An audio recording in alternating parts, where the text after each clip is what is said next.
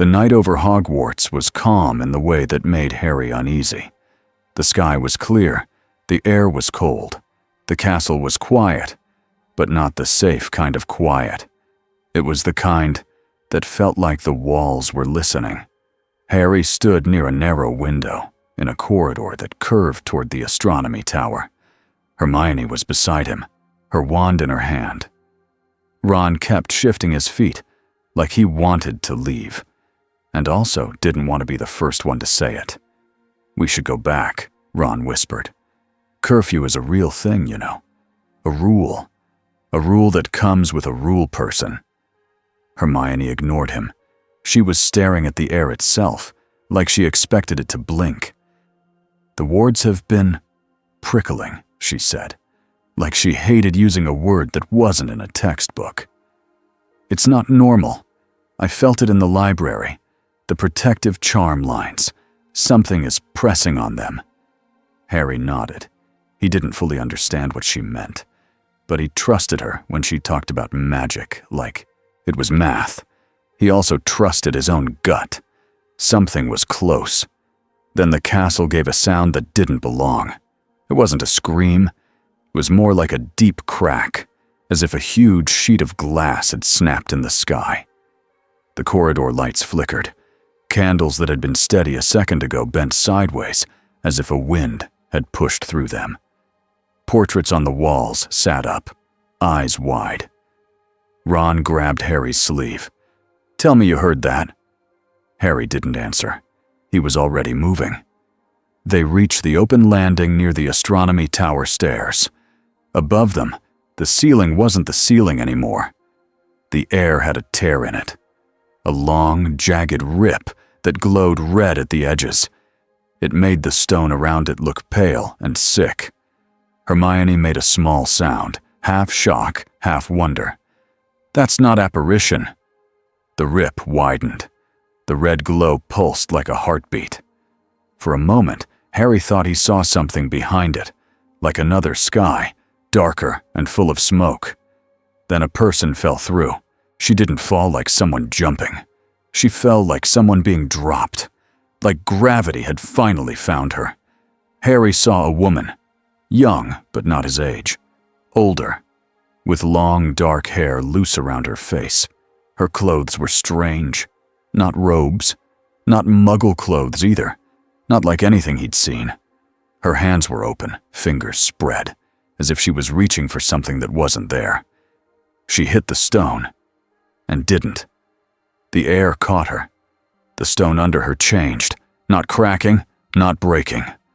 It softened for an instant like it had turned to wet clay. Her body sank a few inches, then the stone snapped back into place. She landed on her knees, breathing hard, hair falling forward to hide her face. The red rip above them shuddered and shrank, then sealed itself shut with a sharp flash. The stars returned, normal and quiet, like nothing had happened. The woman stayed still for a beat, as if she couldn't believe she was still alive. Harry lifted his wand. Hermione did too. Ron's wand hand shook. The woman looked up. Her eyes were bright and focused, the kind of eyes that had seen danger too many times and learned to spot it fast.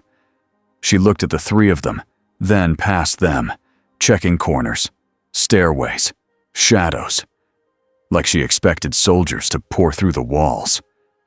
"Where am I?" she said.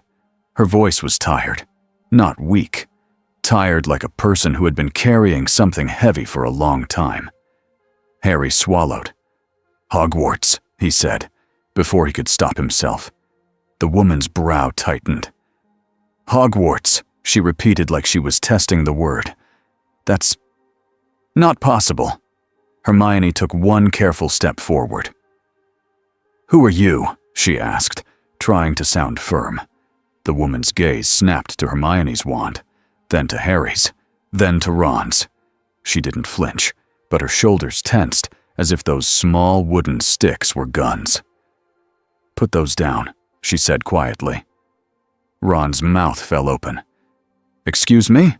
Hermione's eyes narrowed. "These are wands." The woman stared at Hermione as if Hermione had said. These are keys to the sun. Wands, she repeated, and the word sounded wrong in her mouth. You need those to do magic? Hermione blinked. Most witches and wizards do. The woman's eyes flicked to her own hands. Her fingers twitched. A faint red haze appeared around her palms, like heat rising off a candle flame. The air near her hands shimmered. Ron squeaked. Okay, that's not a wand. The castle reacted. It started as a low hum. Then the suits of armor down the hallway turned their heads at the same time. A torch guttered. Portraits shouted, "Intruder!" and "Alarm!" and "Dumbledore!" Footsteps thundered from below. The woman rose to her feet in one smooth motion. She looked around, caught between fight and flight. She wasn't panicking, but something in her eyes sharpened like a knife. Harry felt his scar prickle. Not pain. Something else. Like the air itself had shifted. Teachers burst onto the landing. Professor McGonagall came first, robes flying, wand raised, face hard and ready. Behind her came Professor Flitwick, small and quick, and then other staff, and a furious Filch who looked like he might explode from anger. McGonagall's voice cut through the noise. "Students, what are you doing out of bed?" Harry opened his mouth, but the woman spoke first. "I didn't come here to hurt anyone," she said, louder now, as if making a promise to herself as much as to them. McGonagall's eyes locked on her. "Lower your hands," she ordered. The red haze around the woman's fingers flared, just a little. Not an attack, a warning. The air between them thickened. Harry felt it like walking into deep water. The staircase behind him seemed suddenly farther away, as if the landing had stretched. Hermione whispered, "Space distortion." Like she couldn't help herself. McGonagall took one step forward anyway. The woman's jaw tightened. "Don't," she said. It wasn't a threat. It was fear wearing the shape of a threat. Then a calm voice came from the stairs. "That will do, Minerva," Dumbledore said. He stepped onto the landing with an ease that didn't match his age. His eyes took in everything in a single sweep. 3 students out after curfew, armed staff, a stranger with red magic shimmering around her hands, and the castle itself trembling like it was trying to decide what to do. Dumbledore didn't raise his wand. He looked at the woman as if she was a person first and a danger second. "Are you hurt?" he asked. "And do you want help?" The woman stared at him. For a moment, the red haze faded, then returned, softer. Her throat moved as she swallowed.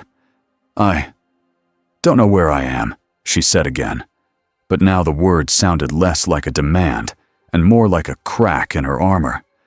Dumbledore nodded once. "Then we will begin there." The castle's hum rose, then fell, as if listening. And somewhere deep in the walls, in the old magic that held Hogwarts together, the wards reached for the newcomer, tried to name her, tried to sort her into safe or threat, and failed. Harry felt it like a shiver through the stones. The woman felt it too. Her eyes widened, not at the people, but at the castle itself. "What is this place?" she whispered. Dumbledore's gaze stayed steady. "A school," he said gently, "and a home for those who have nowhere else." The woman's eyes flicked back to the students, then to the staff, then to the open night sky where the rip had been. Her hands curled into fists. "And if your home decides I don't belong?" she asked. No one answered fast enough. That silence hung in the air like a question that could change everything. Dumbledore's office smelled like old books and quiet decisions. Harry had been there before, but it had never felt like this. Tonight, every silver instrument on the tables clicked and whirred like it was nervous. Fawkes watched from his perch, eyes bright, head tilted. The stranger stood in the center of the room, not restrained, not chained. But every adult in the room was positioned, like they could move fast if they needed to. McGonagall stood near the door, straight-backed, jaw tight. Snape leaned against a wall, arms folded, eyes sharp and cold. Flitwick hovered close to a chair, looking like he wanted to talk, and also didn't want to be the first to push her. Hermione stood beside Harry and Ron, trying very hard to look like she belonged in a room full of powerful adults. Ron looked like he was deciding if fainting would be easier. Dumbledore sat behind his desk, hands folded, as if this was a normal meeting. "Thank you for coming with us," Dumbledore said to the woman. That was wise. The woman's mouth twitched, like she almost laughed but didn't have the energy. Wise would have been not falling through, whatever that was. She looked at the instruments. Her eyes narrowed. "Those are measuring me." "Observing," Dumbledore corrected, still calm. "Testing," Snape said, voice flat. The woman's gaze snapped to him. The red shimmer returned, faint around her fingertips. Snape didn't move. He didn't flinch. He stared back like a locked door. Harry felt tension crawl up his spine. Snape always looked like that, but tonight it felt different, like he was looking at a new kind of danger and already building a cage in his head. Dumbledore lifted a hand slightly. Not a command, more like a request for quiet. "May I ask your name?" he said. The woman hesitated. Her eyes flicked to Harry, then Hermione, then Ron, like she was checking if they were real. "Wanda," she said. "Wanda Maximoff." Hermione's eyebrows rose at the surname, like she was already storing it away. "And you are a witch?" Flitwick asked, unable to help himself. Wanda's eyes flashed with something that might have been irritation. "In my world, people call me a lot of things." "What world?" McGonagall demanded. Wanda's shoulders tightened again. She took a breath, like she was forcing her voice to stay steady. "Not this one." Dumbledore nodded, as if that was not shocking, just rare. "Then you are far from home." Wanda looked down at her hands. The red glow around her fingers faded, then returned, like a pulse. "Yes." There was a pause. Dumbledore leaned forward slightly. "You said you did not come here to hurt anyone." "I didn't," Wanda said, firm now. "I was somewhere else. It went wrong. Something tore. I tried to hold it closed." Her voice caught for half a second. "I couldn't." Harry watched her face. He knew that look. He'd seen it in the mirror after bad dreams. It wasn't guilt exactly. It was worse. It was the look of someone who feared what they could do. Snape's eyes narrowed. "What are you?" he asked. Wanda's head lifted. The temperature in the room seemed to drop a little. "A person," she said. Snape's mouth curled slightly. "That remains to be seen." Hermione sucked in a breath, angry, but Dumbledore spoke before she could. "Severus," Dumbledore said softly, and somehow it sounded like a warning without being loud. Snape's eyes stayed on Wanda. "Headmaster," he said, tone still controlled, "you are assuming good intentions. That is a habit. It is also a risk." Dumbledore didn't deny it. "Yes," he said, "and you are assuming danger. That is your habit. It is also a kind of protection." Wanda's gaze moved between them. She looked like she understood the argument, even if she didn't understand the words. McGonagall turned on the students. "And you three," she snapped, "will explain why you were roaming the corridors after curfew." Ron opened his mouth. Hermione beat him to it. "The wards," she said quickly. "They felt strange. I felt it in the library. I thought you would investigate," McGonagall finished, voice sharp. "Of course you did." Ron muttered, "We always do." McGonagall's eyes cut to him. Ron shut up. Dumbledore lifted his eyebrows. "The wards," he repeated, thoughtful. He looked at Wanda. "When you arrived, the castle reacted strongly. It tried to identify you." Wanda's lips pressed into a thin line, and it couldn't. Flitwick's eyes shone. That is extraordinary. Snape's voice was low. That is alarming. Wanda looked at Dumbledore. What happens to things you can't identify? Dumbledore held her gaze. Sometimes we study them.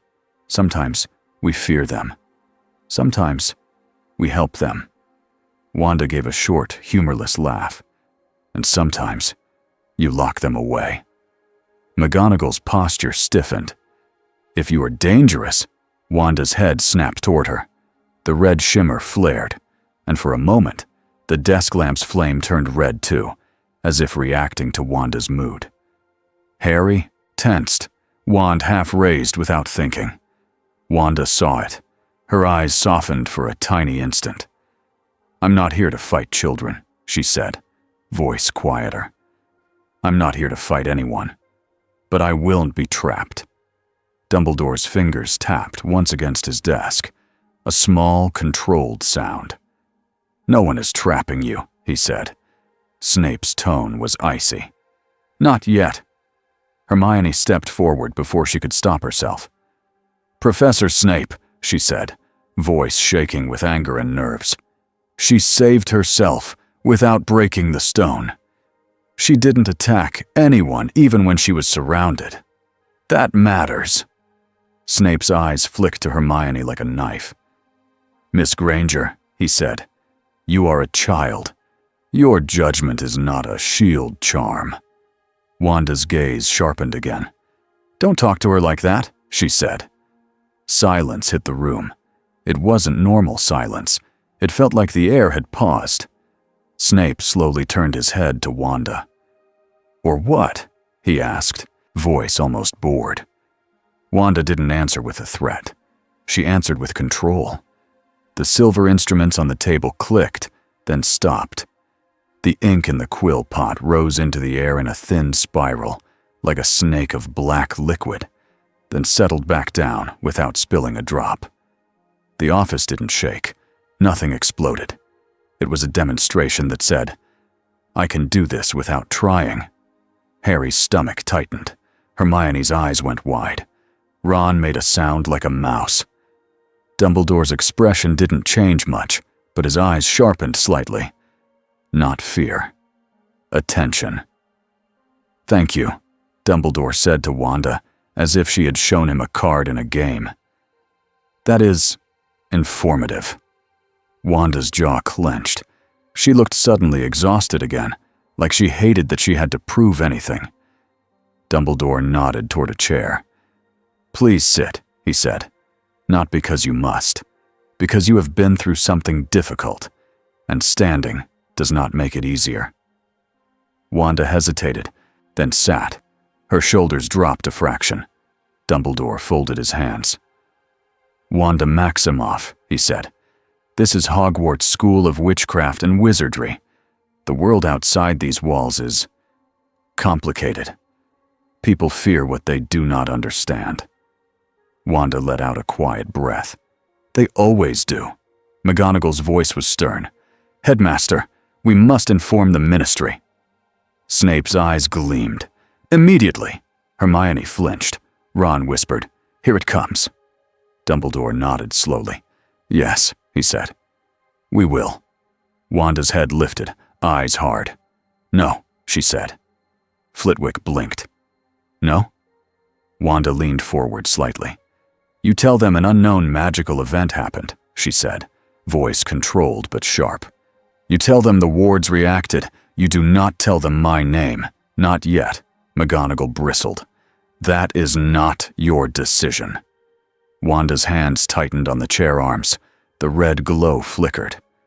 "If you hand me to a government the first night I arrive," she said, "then you are not offering help. You're offering a cage with nicer words." Dumbledore watched her for a long moment.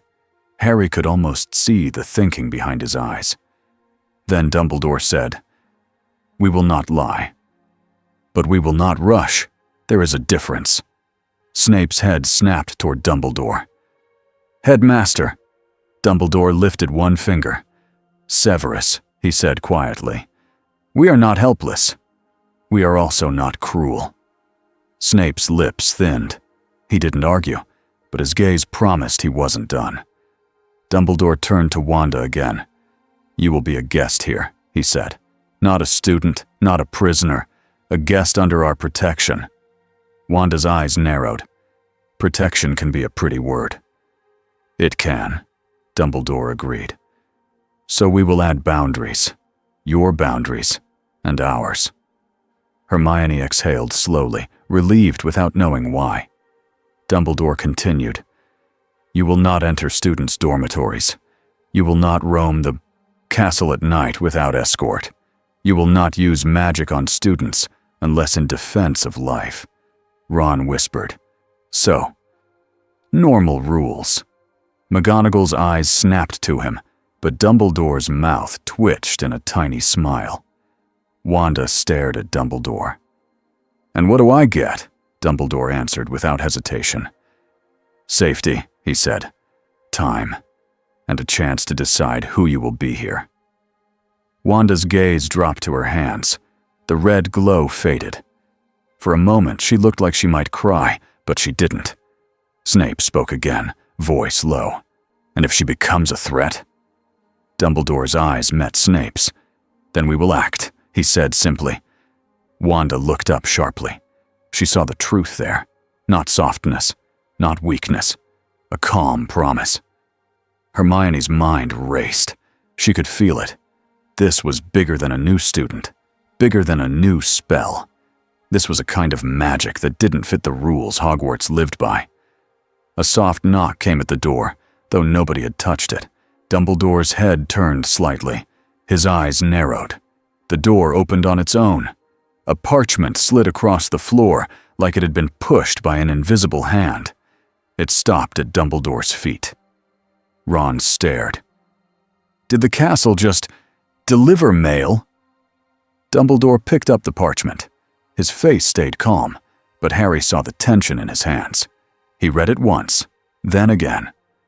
Snape leaned forward, eyes narrowed. "What is it?" Dumbledore's voice was quiet. "A notice," he said. "From the Ministry." Hermione's stomach dropped. "Already?" Dumbledore looked at the parchment as if it weighed far more than paper should. "They felt the wards flare," he said. "They want an explanation by morning." Wanda's posture stiffened. "No," she said again, harsher now. Dumbledore raised his eyes to her. "Wanda," he said gently, "this world has rules that move quickly when it is afraid." Wanda's eyes flashed. "So does mine." Snape's voice was like ice. "Then you understand why we plan." Wanda stared at him, then at Dumbledore. Her fingers curled. The red glow returned, faint and steady. Harry felt it again. The castle's hum, like it was holding its breath. And far away, beyond Hogwarts, in a place full of dark thoughts and cold patience, something else felt it too. Something noticed that the world had changed. The next day, Hogwarts tried to be Hogwarts. That was the strange part. People still walked to class. They still complained about homework. They still argued over Quidditch practice. But everywhere Harry went, he felt eyes on him, like the castle had grown a new rumor overnight. They had told almost no one. They had tried. But secrets in Hogwarts never stayed secrets. Not with portraits. Not with Peeves. Not with students who could sense drama like sharks sensed blood. By lunch, Harry heard a Hufflepuff say, "There's a new teacher." He heard a Ravenclaw whisper, "A dangerous, wandless witch." He heard a Slytherin snicker. Dumbledore finally lost his mind. Hermione walked beside him with a stack of books like a shield. Ron trailed behind, muttering, "I hate exciting things." "Stop saying that," Hermione hissed. Ron scowled. "Why?" "It's true." Harry's eyes scanned the Great Hall. He saw teachers at the staff table sitting straighter than usual. McGonagall's mouth was a tight line. Snape looked like he hadn't slept. Then Harry saw her. Wanda sat at the far end of the staff table, not quite among them, not quite apart. She wasn't wearing Hogwarts robes. She looked wrong in the room, like a bright red thread on a black robe. She wasn't eating. She held a cup and stared into it like the liquid might tell her what to do.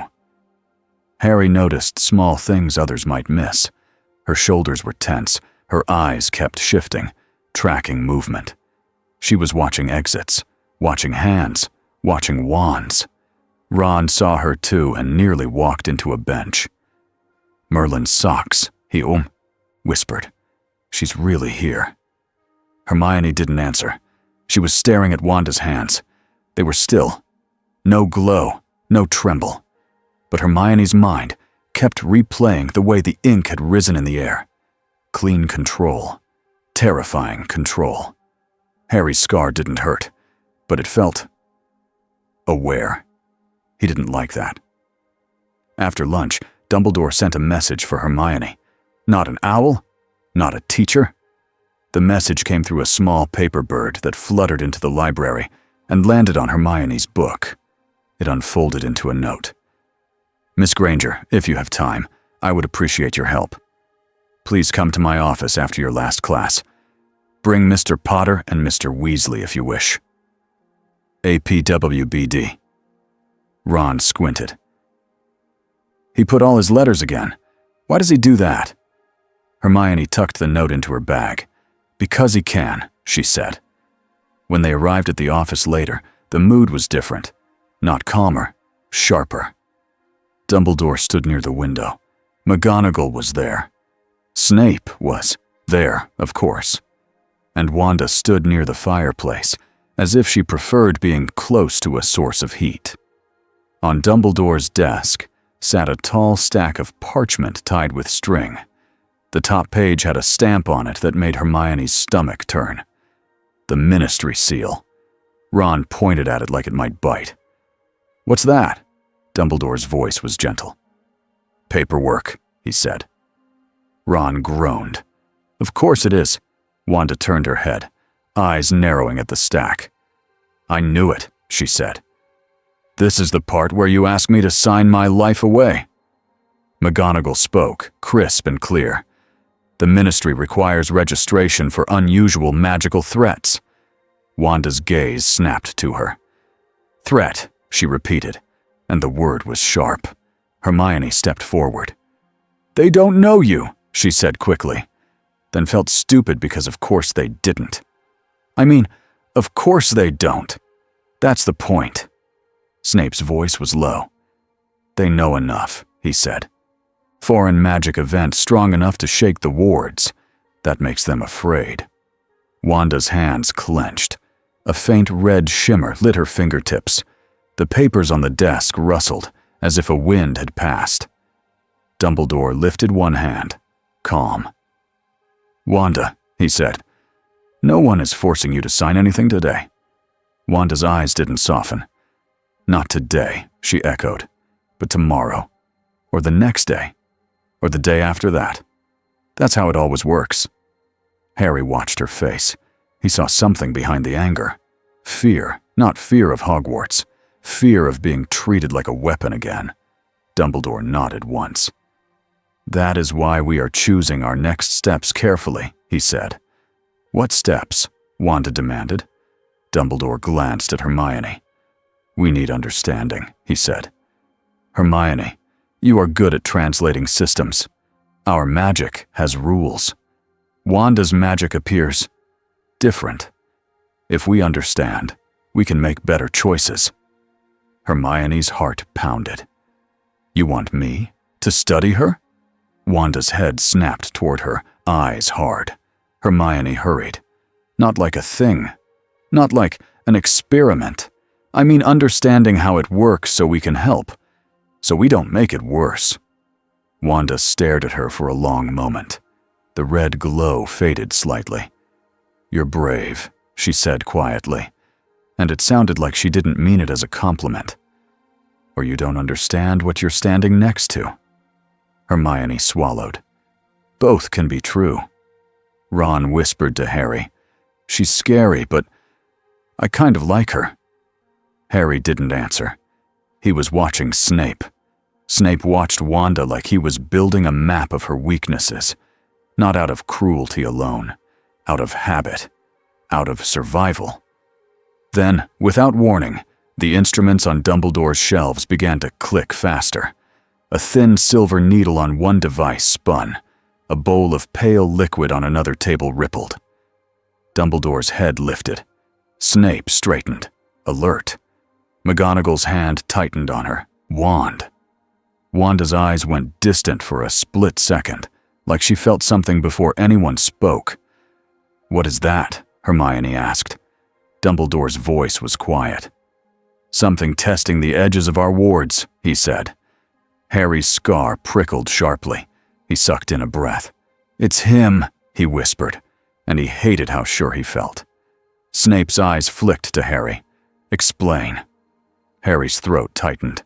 "I don't know how," he said. My scar." Dumbledore's gaze became very focused. "Everyone," he said calmly. "Stay here." Ron's eyes went wide. "Stay here? Well, something tests the wards." Dumbledore gave Ron a look that made Ron shut up. But Wanda stepped forward, eyes fixed on the ceiling, as if she could see through stone. "That's not a creature," she said. "That's a person." Snape's mouth tightened. "Legilimency?" he guessed, and Wanda glanced at him like she was surprised he knew the shape of it. "It feels like a hand," Wanda said. "Not touching, but reaching." Hermione's voice shook. "Through the wards?" Dumbledore didn't answer. He moved to the door. His wand was in his hand now, but he still looked calm. Then the castle screamed, not with sound, with cold. A wave of it rolled through the office like a sudden winter. The candles dimmed. Fawkes rustled his feathers. "Uneasy." Hermione's breath fogged. Ron gasped. No, that's Dementors." Harry's heart thudded. He had felt them before. This was the same kind of cold that stole your hope. But this cold was inside Hogwarts.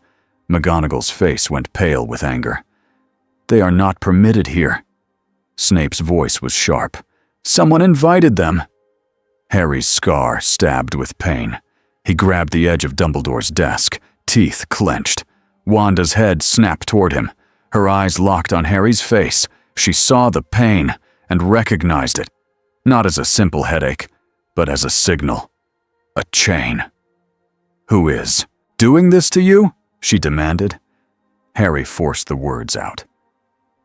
"Voldemort," he said, and the name made the room feel smaller. Wanda went still. She didn't look confused by the name. She looked interested in the idea behind it. A person who could reach through walls. A person who could send despair like a weapon. "Where are they?" Wanda asked, voice low. Dumbledore's eyes were sharp now. "Near Hogsmeade," he said, listening to something only he could sense. "And moving closer." Ron's voice trembled. "But the wards!" "The wards are being pressured," Dumbledore said, "and someone is clever." Wanda's hands lifted slightly. Red light gathered at her fingertips, not wild, not exploding, controlled. "Ready." McGonagall's voice was firm. "No students," she said at once. Harry stepped forward. "I can help." "No," McGonagall snapped, then softened a fraction when she saw his face. "Not in the way you think." Hermione grabbed Harry's sleeve. "Harry, please." Harry looked at Wanda. Wanda looked back, and for a second, he felt like she saw right through him. Not with mind reading, with recognition, like she knew what it meant to be chosen as a target. Dumbledore made a decision. You could feel it in the room, like a door closing and another opening. "Minerva," he said, "lock down the castle. Flitwick will reinforce the corridor wards. Severus." Snape was already moving. "I will handle the staff," he said sharply, "and I will find the point of entry." Dumbledore turned to Wanda. "Wanda Maximoff," he said, "if you intend to act, you must do so with care. These creatures feed on despair." Wanda's jaw tightened. "Then they picked the wrong person," she said. and there was a hard truth in her voice that made Hermione's stomach twist. Because Wanda wasn't saying she was immune. She was saying she knew despair well. They moved fast. The corridors filled with rushing footsteps and shouted orders. Portraits yelled warnings. Doors slammed shut by magic. The castle itself seemed to tighten, like a body tensing for impact. Harry, Hermione, and Ron were pushed into the flow and then held back at a staircase by McGonagall. "Stay here," she ordered, face fierce. "Do not move."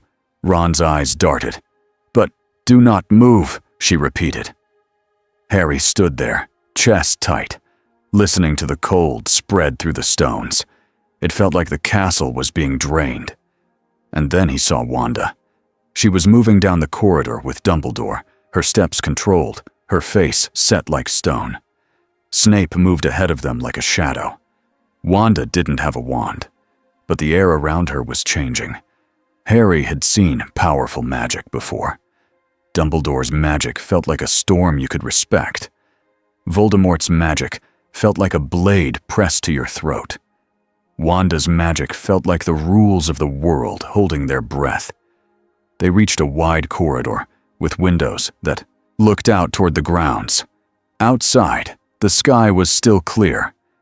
But below, a gray fog was creeping across the lawn like something alive. Shapes moved in it. Dementors. Harry's stomach dropped. A group of students had been caught in the corridor, clustered near a classroom door that wouldn't open fast enough. A Dementor glided toward them, and the air went colder, colder, colder. One student sobbed. Another froze, eyes empty. Panic spread like fire. Harry's wand lifted by instinct. "Expecto Patronum," he shouted. A silver light burst from his wand, forming into a stag that charged forward, bright and strong. It slammed into the Dementor, and the creature recoiled, cloak fluttering, head jerking back. For a second, Harry felt hope. Then more Dementors drifted in, and the corridor felt like it might swallow his spell. Dumbledore stepped forward, wand raised. His own magic spread like a shield, steady and warm, pushing back the cold. But Wanda moved past him. Not with anger, with focus. She raised her hands, palms open. Red light flowed out, not like fire, not like a spell beam, but like the air itself was being rewritten. The fog stopped moving. The Dementors paused mid-glide, as if they had hit invisible walls. Hermione, watching from behind a statue with Ron, whispered, "She's changing the space." Wanda's eyes narrowed. Her lips moved, but she didn't speak words like a spell. She breathed out, slow, like she was calming herself. The corridor around the Dementors shifted in a way that made Hermione's head spin. The windows seemed farther away. The distance between the Dementors and the students stretched, not by feet, but by something deeper, like the path itself had been edited. The Dementors tried to glide forward. They couldn't find the line to reach their prey. They moved, but each movement ended in the wrong place, like walking on a staircase that kept adding new steps under your feet. Ron stared, mouth open. She's cheating reality. Hermione couldn't even argue, because it was true. One Dementor turned, as if sensing Wanda. Its hood angled toward her. The cold hit her like a wave. For a split second, Wanda's face tightened. Her breath hitched. The red light flickered. Harry saw it. He saw the way her eyes went distant, like something dark inside her had been poked. The Dementor surged. Dumbledore's wand snapped up, ready. But Wanda didn't step back. She stepped forward. The red light around her hand sharpened into a clean, tight glow. The Dementor's movement slowed, then stopped. Wanda's voice was low, almost a whisper, but it carried. "No." The Dementor's cloak rippled as if caught in a strong wind. Then the wind stopped. The Dementor's hood sagged slightly, like it had lost its grip on what it wanted. It wasn't destroyed. It wasn't blasted. It was denied, as if the world itself had refused to allow it to feed. Harry's Patronus, Stag, kept charging, keeping the others back. Dumbledore's magic reinforced the corridor like a steady wall. McGonagall's voice rang out, directing students into safe rooms. But Wanda stayed at the front, holding the line in a way Harry had never seen. The Dementors began to retreat, gliding back into the fog, as if something about this place had become wrong for them. Then a different attack came. From the far end of the corridor, masked figures appeared. Death Eaters, wands raised, moving fast. They didn't aim at Wanda first. They aimed at the students behind the defenders. Curses streaked through the air in green and red flashes. Dumbledore's wand snapped in sharp patterns. His shields caught 2 spells and sent sparks across the stone. McGonagall transfigured a suit of armor into a moving barrier that shoved students back. Harry stepped forward again, anger rising. He fired a stunning spell toward the nearest masked figure. But Wanda raised one hand. The spells from the Death Eaters twisted in, midair. Hermione's breath caught. She watched one curse bend, curve, and slide away from the students like it had hit a slope that wasn't there. Another curse flickered and changed color, then fizzled out like it had forgotten what it was supposed to do. The Death Eaters faltered, their masks tilted, confusion breaking their rhythm. Snape appeared behind them like a strike of black lightning. His spell hit one Death Eater hard, dropping him. Another Death Eater spun, trying to curse Snape, and Wanda's chaos field snapped again. The curse veered off and smashed into the wall, blasting stone. The Death Eater stared at his wand like it had betrayed him. Harry heard Ron behind him, whispering, "That's not fair." Hermione whispered back, "It's power." One Death Eater lifted his wand toward Wanda, trembling, then shouted, "She's the target!" Wanda's eyes flicked to him. Her face stayed calm, but her gaze was heavy. The Death Eater tried to apparate. He didn't go anywhere. He slammed into an invisible barrier and stumbled back, choking. Wanda's voice was quiet again. "You don't get to leave after you bring this here," she said. The Death Eater's wand hand shook. He threw a curse anyway. Wanda didn't dodge. The curse simply didn't arrive. It was like the outcome had been erased. The Death Eater's panic spiked. He turned and ran. Snape moved to chase, but Dumbledore's voice cut through. "Let him go." Snape's head snapped around, furious. "Headmaster!" Dumbledore's eyes were sharp. "This is a test," he said. "They want information." Wanda's jaw tightened. She understood that too. As the last Dementors drifted back into the fog, and the Death Eaters retreated into the night, the corridor warmed by degrees. Students began to breathe again. Some cried. Some stared at Wanda like she was a legend and a nightmare at the same time. Harry lowered his wand, chest heaving. His scar still burned faintly. Wanda stood very still, hands lowered now. The red glow faded, but not completely. Her fingers trembled once, then she forced them still. Hermione took a step toward her, careful. You saved them," she said. Wanda looked at the students. Her expression didn't brighten. It didn't soften into pride. It hardened into something like responsibility. "I stopped it," she corrected. "For now." Dumbledore approached her slowly, like you approached a frightened animal, except Wanda wasn't an animal. She was a storm trying to stay human. "They learned something," Dumbledore said quietly. Wanda's eyes met his. "Yes," she said. Snape's voice was low and bitter. "And so did we." Harry looked down the corridor toward the windows. The fog outside was thinning. The grounds were returning to normal. But Harry knew the truth. Nothing was normal now. Because someone out there had just seen what Wanda could do, and they had chosen not to fight her head-on. They had chosen to study her. Harry's scar pulsed, and in the back of his mind, he felt it like a cold smile. The enemy had noticed the anomaly, and Hogwarts had felt it too. Morning came like nothing had happened, and that made it worse. The Great Hall was full. Plates clinked. Owls swooped down with mail. People laughed too loudly, like sound could push fear away. Harry sat with Hermione and Ron, but none of them ate much. Harry kept seeing the corridor again. The fog. The Dementors. The way the air had obeyed the stranger with red magic. Wanda. She was not in the Great Hall today. That alone made rumors grow faster.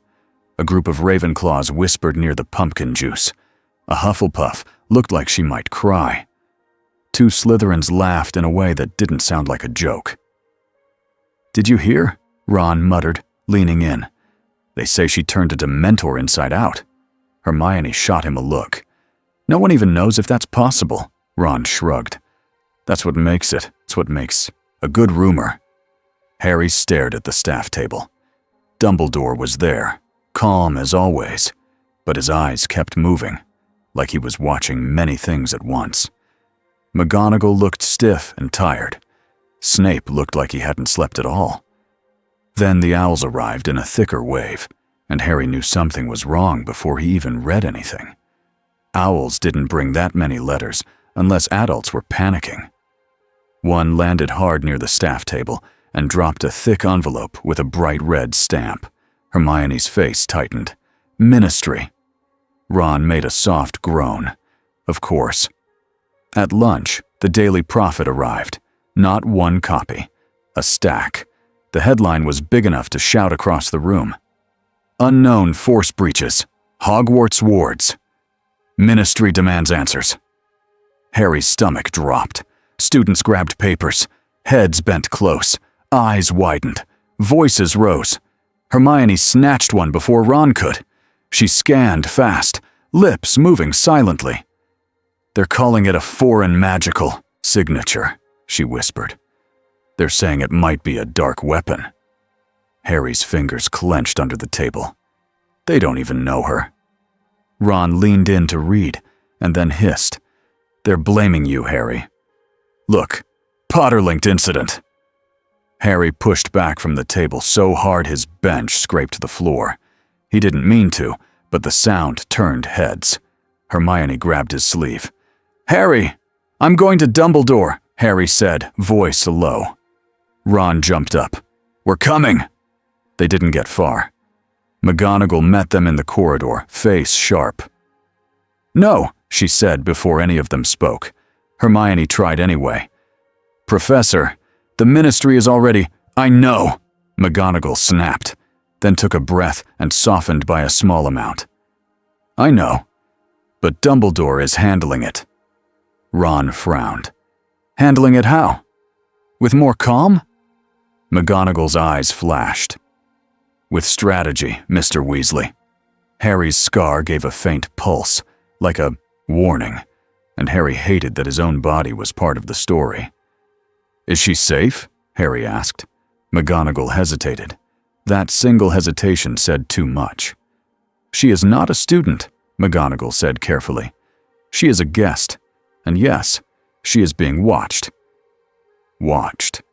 Harry heard the other word hiding behind it. Contained. Hermione's voice went tight. "That's not the same as safe." McGonagall's mouth thinned. "In my experience, Miss Granger, safe is not a simple word." She turned them around with one look and one gesture. Back to class. They obeyed. Not because they agreed. Because Hogwarts had a way of forcing you into routine, even when the world was shaking. By afternoon, the routine broke again. Hermione was in the library, pretending to read, but really listening for any sign of trouble, when a folded parchment bird landed on her book. It pecked the page once, then unfolded into a note. "Miss Granger, if you are willing, I would like your help this evening." There are questions that require a careful mind. APWBD. Hermione stared at the note. Her heart beat faster.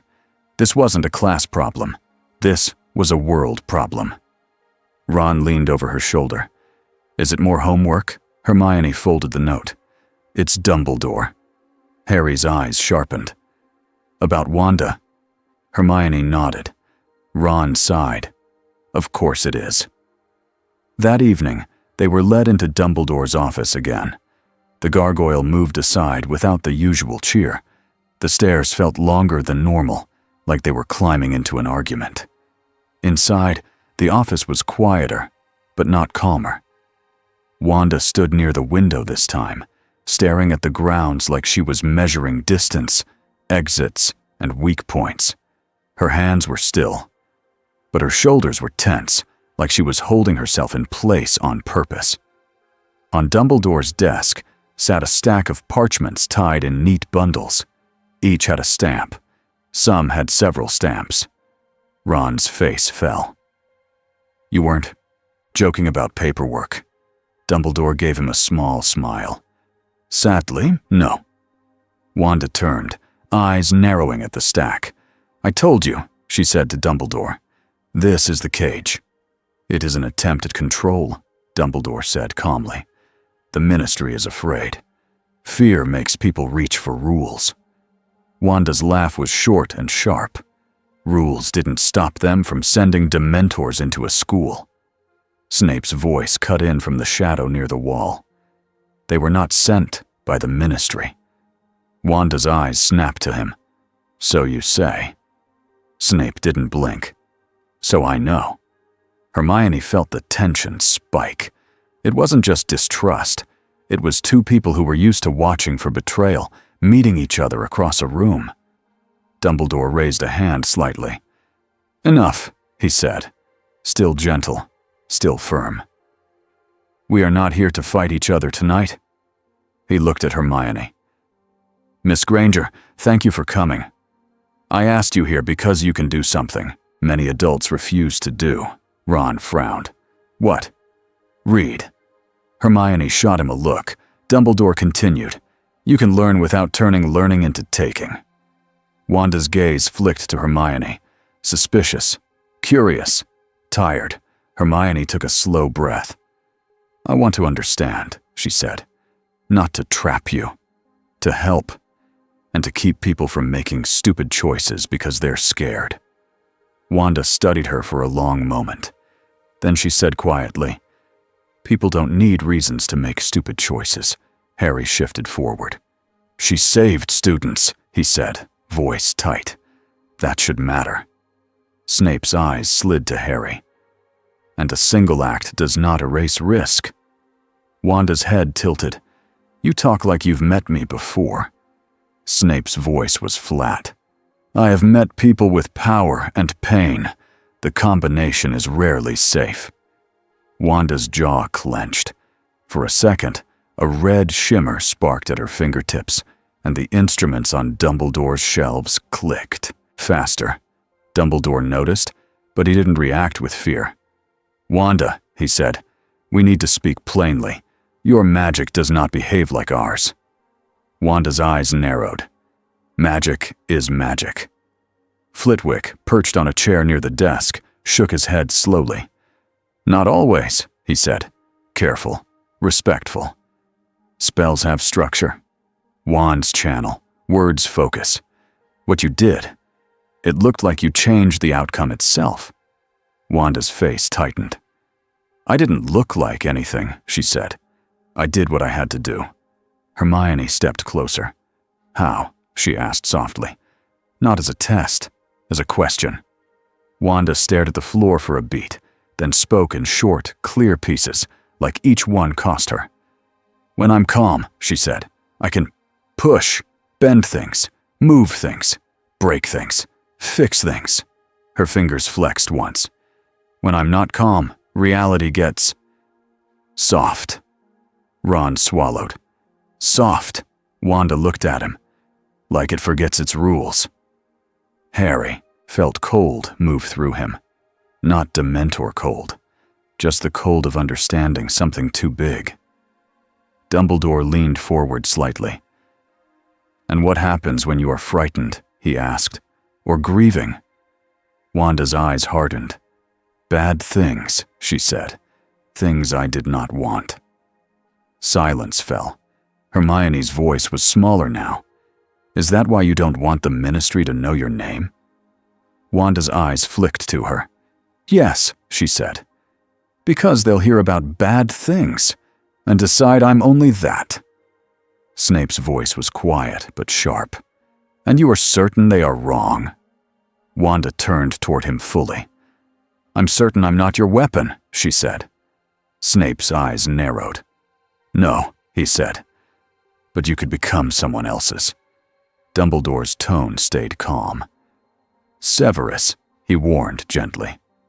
Snape went on anyway. "If a dark wizard is clever enough to provoke you," he said, "he will not need to beat you. He will only need you to lose control." Wanda's breath caught slightly, like the words hit a nerve. Her red glow flickered, then steadied as she forced it down. Harry's scar pulsed again, sharper this time. He grabbed the edge of the chair. Hermione noticed immediately. "Harry?" Harry swallowed. "He's close," he whispered. Snape's head snapped toward him. "Explain." Harry clenched his jaw. My scar hurts when Voldemort is near, or thinking at me, or something." Wanda's eyes locked onto Harry. "He's inside your head," she said, voice low. Harry flinched. "It's complicated." Wanda's expression changed, not softer, more focused, like she was seeing the real shape of the threat now. Dumbledore's gaze sharpened. "Voldemort," he said quietly. "Then last night was not only an attack, it was a message." Snape's mouth tightened. "A probe," he said. He wanted to watch her react. Wanda's fingers curled. "He sent creatures that feed on. Despair," she said. "To test me." Dumbledore nodded. "Yes." Ron shifted uneasily. "So what now? More Dementors? More masked idiots?" Dumbledore's eyes moved to the paperwork stack. "Now," he said, "we face two dangers at once." He lifted one parchment and tapped it lightly. "The Ministry wants control." Then he looked at Harry, and his voice turned colder. "And Voldemort wants opportunity." Hermione's mind raced. "If the Ministry tries to take Wanda," she said, "that creates conflict inside Hogwarts. That makes us weaker. Voldemort would love that." Snape's eyes flicked to Hermione, and for once, he looked like he agreed. Wanda's gaze moved from face to face. "So your government pushes you," she said, "and your enemy attacks you."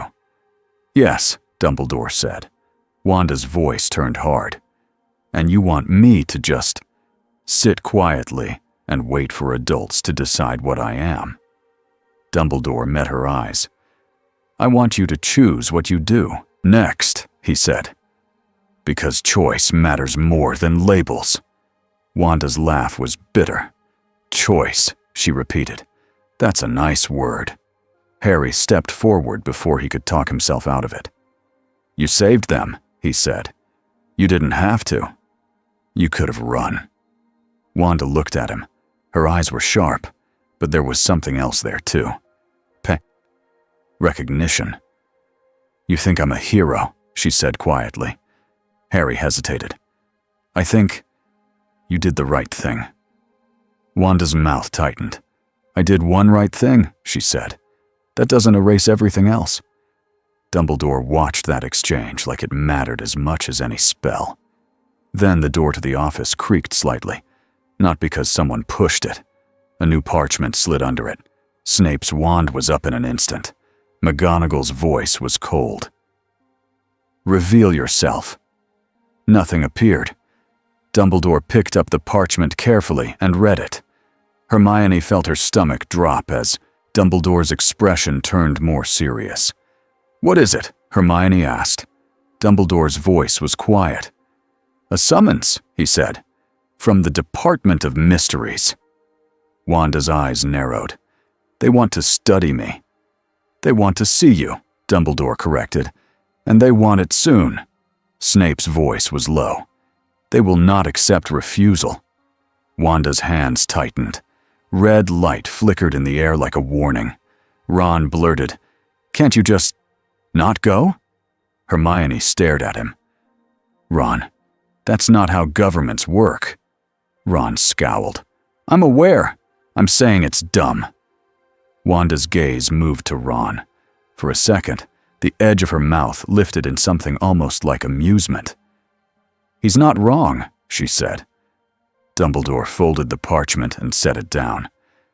"We will respond," he said, "but not in the way they expect." Snape's eyes narrowed. "Headmaster." Dumbledore held his gaze. "We will buy time," he said. "We will not hand her to strangers who see her as a tool." Wanda stared at Dumbledore, and for a moment, something in her face loosened. Not trust. Not yet.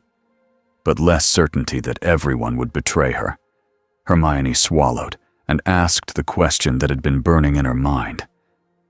"Wanda," she said softly, "what do you want?" Wanda's eyes flicked away toward the window again, toward the dark grounds, toward freedom and danger.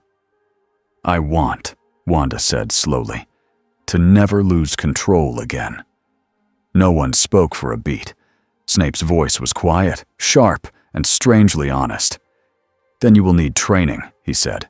"Not books, not rules. Training." Wanda turned toward him. "From you?" Snape's mouth tightened. "From someone who knows how to build walls inside the mind," he said, "and how to survive what's on the other side." Hermione felt a chill. Occlumency. Wanda's eyes narrowed. "Mind walls," she said. "You mean blocking people out?" Snape's gaze was flat. "And blocking yourself in," he said. Wanda stared at him like she hated that he might be right. Dumbledore spoke gently. "If Voldemort is watching," he said, "then our next move must be careful. We cannot allow him to push you." Wanda's jaw tightened. "Then tell him to stop trying." Dumbledore's eyes were sad. "He will not." The room felt smaller again. Outside, Hogwarts kept pretending it was a school. Inside, adults planned like it was a war.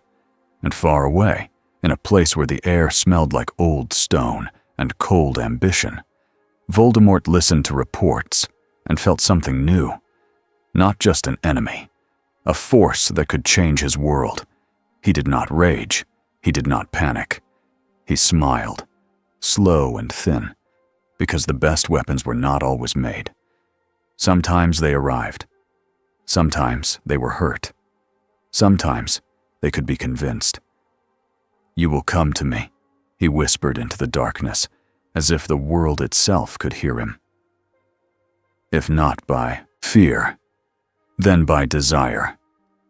He reached for the next piece of the game, something personal, something that would press the right wound. And Hogwarts, still full of children, had no idea how close the net was getting. Snape did not begin with kindness. He began with rules. Wanda stood in an empty classroom after dinner, the kind used for exams and serious meetings. The desks had been pushed against the walls. The windows were shut.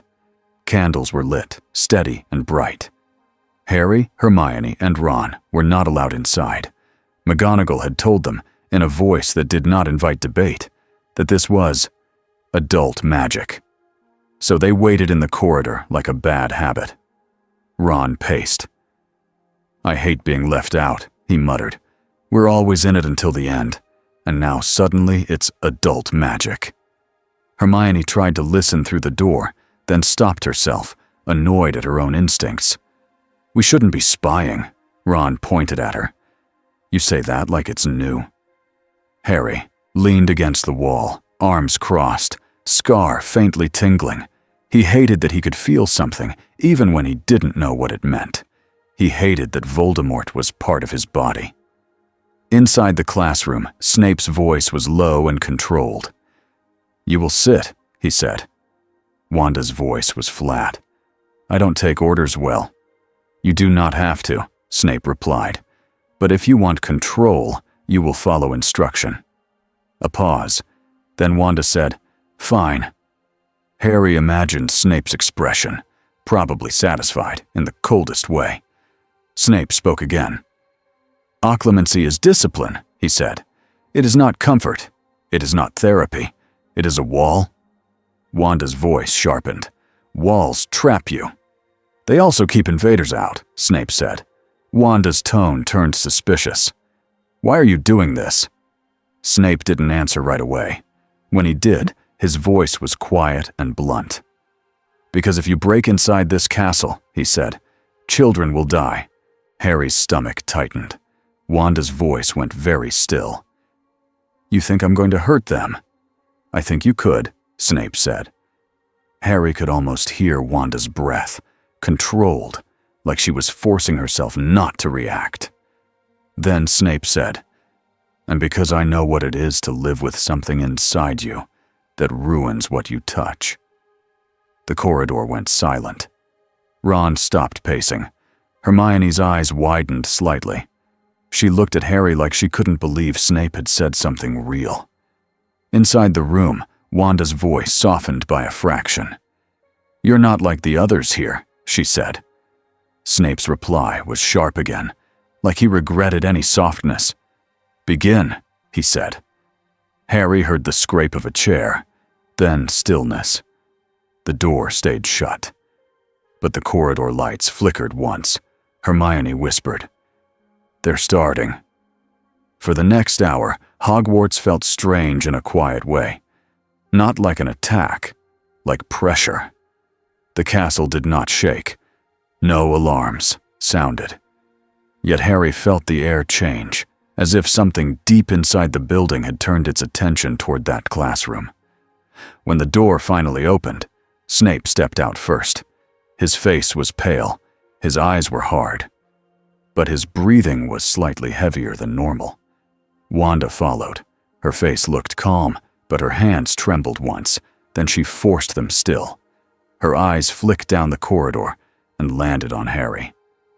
For a moment, she looked like she might speak. Snape cut in before she could. "Back to your dormitories," he snapped at the trio. Ron opened his mouth to complain. Hermione grabbed his sleeve and yanked him away. Harry didn't move right away. He held Wanda's gaze for half a second longer. Wanda's expression was unreadable. Then she turned away, walking with Snape toward the stairs, shoulders tight like she was holding a storm inside her ribs. They did not talk to students about it, but students felt it anyway. The next day, rumors changed shape. Now it wasn't just a dangerous woman. Now it was a mind witch. Now it was a curse that makes the castle shiver. Now it was a ministry weapon Dumbledore is hiding. Draco Malfoy didn't help. Harry caught him in the corridor near Charms, whispering loudly to a knot of younger Slytherins. "My father says the ministry will handle it," Draco said, chin lifted. "Dumbledore can't keep a monster in the school." Harry's jaw tightened. He stepped forward. "Say that again." Draco's eyes flashed, but he smiled too. "Or what, Potter? Your new friend will bend the walls at me?" Hermione's voice was cold. "Draco, you don't even know her." Draco shrugged. "That's the point. If you don't know what it is, you lock it away." Ron muttered, "Someone should lock you away." Draco sneered and walked off. Hermione's face was tight. "This is going to spread," she said. "And when fear spreads, adults do stupid things." Harry's scar tingled again, and Harry looked out a window, without knowing why. Down on the grounds, near the edge of the forbidden forest, a thin fog curled between trees, then vanished. Not Dementor fog. Something else. That evening, Snape took Wanda somewhere Harry wasn't allowed to follow, but Hermione figured it out anyway, because Hermione always did. "The room of requirement," she whispered to Harry and Ron near the tapestry corridor. "It makes sense. It can become whatever you need. A protected space. Ron stared at the blank wall.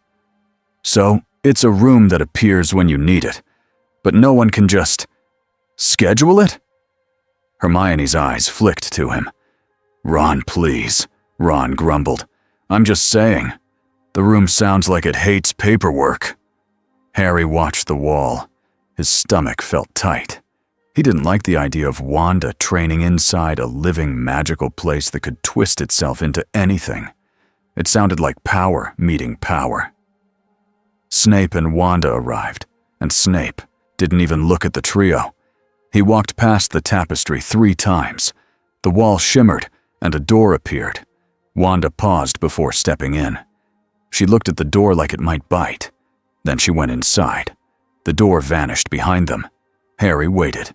Hermione waited. Ron waited. And then the hallway air changed. Not cold. Heavy. Hermione grabbed the stone wall for balance. Do you feel that? Ron's eyes were wide.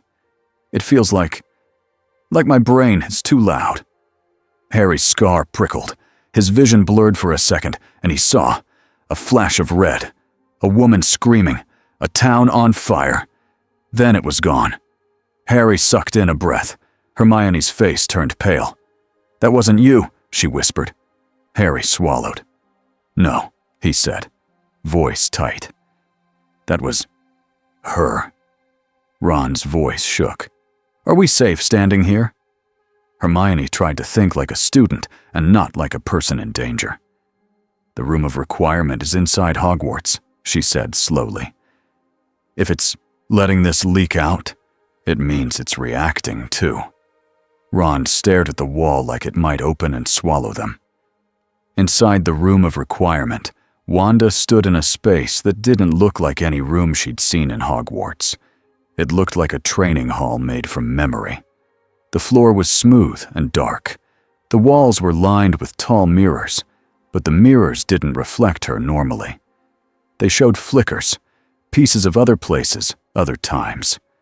A red glow ran like thin veins along the corners of the room, as if the room itself was trying to match her energy.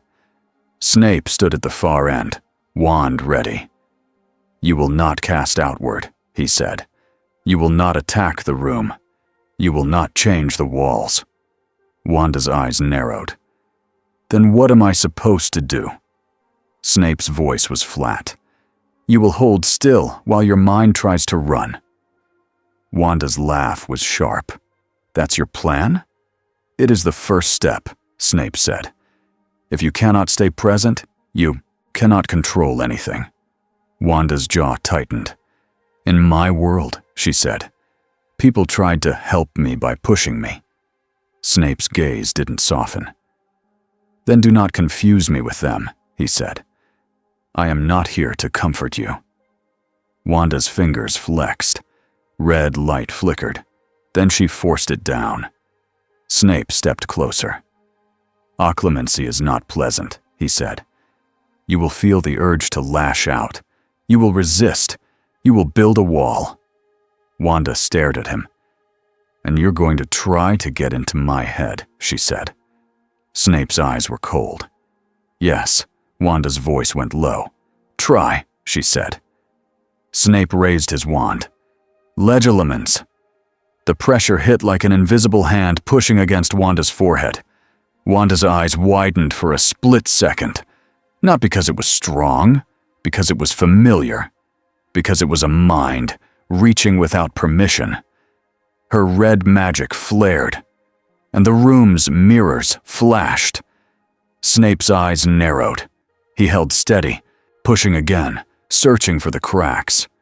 Wanda's mind fought back without words.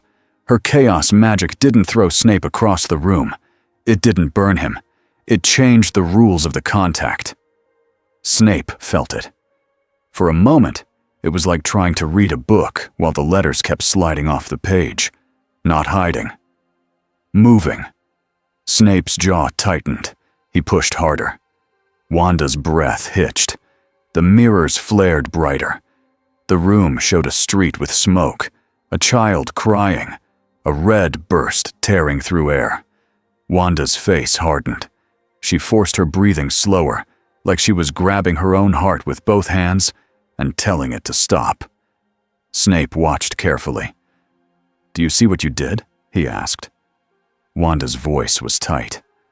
"I didn't do anything." Snape pointed with his wand at the mirrors. "You are doing it right now," he said. "Your mind is reacting. Your power is reacting with it." Wanda's hands trembled. She clenched them, trying to stop. The mirrors steadied a little. Snape's eyes sharpened. "Good," he said. Again. He attacked her mind in short bursts, like strikes, not cruel, controlled, testing, forcing her to build the wall while standing on shaking ground. Wanda's breath grew steady, her jaw clenched hard. The red glow rose, then settled, as if she was pushing it down into herself instead of throwing it out. The room calmed. For a moment, Wanda stood inside her own head without drowning. Snape lowered his wand slightly. "That," he said, "is the beginning." Wanda's voice was quiet. "It feels like holding my breath underwater." Snape's eyes flicked to her, then away. "Get used to it," he said. The room shifted slightly. A doorway appeared on the far wall, where there hadn't been one before. Snape frowned. "That is not my doing." Wanda stared at the new door. The red veins of light along the room's corners pulsed once. "It's the room," Wanda said. "It's responding." Snape stepped. Toward the door, wand raised. "We do not need distractions." Wanda followed anyway, cautious. "It's not a distraction," she said. "It's showing something." Snape's eyes narrowed. "Or luring you." Wanda's gaze hardened. "I'm not a child," she said. "You are behaving like one," Snape snapped. Wanda's red glow flared. The room's air thickened. Snape stopped. His voice lowered. "If you are seeking control," he said, "you will not let curiosity drive you." Wanda's breathing slowed. The glow dimmed again. She stepped closer to the door anyway, but slower this time, like she was proving she could choose the speed. The door creaked open by itself. Beyond it was not another room. It was a corridor made of old stone and faint gold lines, like ancient wards etched into the world. The air smelled different, older, like the castle's bones. Wanda's eyes widened slightly. "This place is alive," she whispered. Snape's voice was low. "Hogwarts has old magic," he said. "Older than the Ministry, older than most people understand." Wanda took one step into the corridor, and the gold lines brightened. They didn't attack her. They didn't welcome her either. They watched. Snape grabbed her arm firm. "Enough," he said. "Back." Wanda's gaze snapped to him. "You're afraid," she said. Snape's eyes were cold. "I'm cautious," he replied. "There is a difference." Wanda looked back into the corridor. The gold lines pulsed once more, and for a split second, Wanda saw shapes in the stone like faces. Not people. Portraits without paint. Memory without words. She stepped back, and the doorway began to fade. Snape released her arm. "You will not enter unknown spaces alone," he said. Wanda's voice was sharp. "So now you're giving me rules." Snape's mouth tightened. "Yes," he said. "Because rules are what keep children alive." Wanda stared at him for a long moment. Then said quietly, "I'm not the only one you're trying to save." Snape did not answer. The room shifted again, returning to the training hall shape. Snape raised his wand. "Again," he said. Wanda lifted her chin. "Again," she echoed. They trained until Wanda's head hurt and her hand stopped trembling. And when they finally left, the corridor outside felt normal again. But Hogwarts remembered, and so did someone else. The next day, The Ministry's presence arrived at the edge of the castle like a storm cloud that hadn't started raining yet. Aurors were seen near the gates, not inside. Yet. Talking to staff, watching students, making notes. Paperwork followed them like a shadow. A stern witch from the Ministry met McGonagall at the front steps with a clipboard and a face that looked like it had forgotten how to smile. Hermione saw it from a window and whispered, "It's happening." Ron muttered, "I hate clipboards." Harry's scar gave a small pulse, and Harry knew, deep down, that Voldemort liked this, because fear divided people faster than any curse. That night, the trap came in a shape nobody expected. Not a monster bursting through the doors, not Dementors in fog. A message, a small object left where a student would find it. A silver locket sitting on the corridor floor outside the library, catching candlelight. A second-year girl picked it up, curious, and her eyes went blank for a second. Hermione saw it and froze. "Drop it!" she shouted. The girl blinked, confused, and the locket fell from her fingers. It hit the stone with a soft clink. Then the air around it turned cold. Not Dementor cold. Mind cold. A whisper slid into the corridor, low and smooth, like a voice that knew exactly where to press. Wanda. Harry's blood ran cold. He knew that voice without hearing it fully. Voldemort. The locket's surface shimmered like dark water. The whisper continued. "You don't belong among children who fear you. You don't belong among adults who want to chain you." Hermione's hands shook as she raised her wand.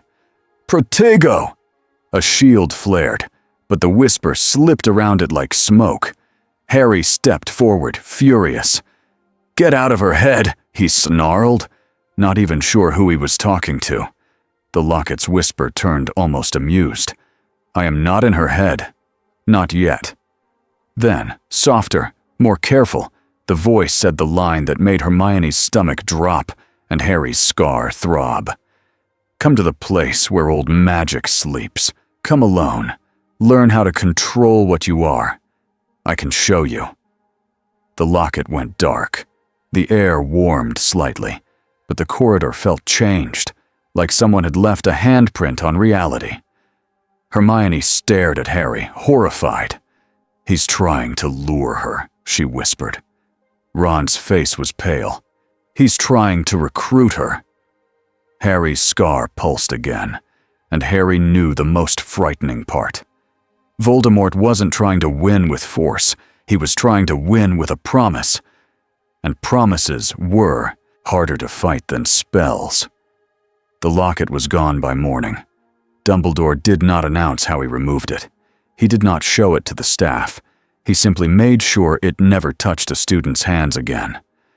But Hogwarts did not forget the feeling it left behind. For the next 2 weeks, the castle felt like it was bracing for impact. Teachers watched corridors more closely. Aurors stayed near the gates for safety, even though nobody had invited them. The Daily Prophet printed new guesses every day, each one louder than the last. And inside the castle, Wanda built a routine like a wall. She trained with Snape at the same time every evening. She took quiet walks under the stars when the halls were empty, always with Dumbledore's permission, always with a rule attached.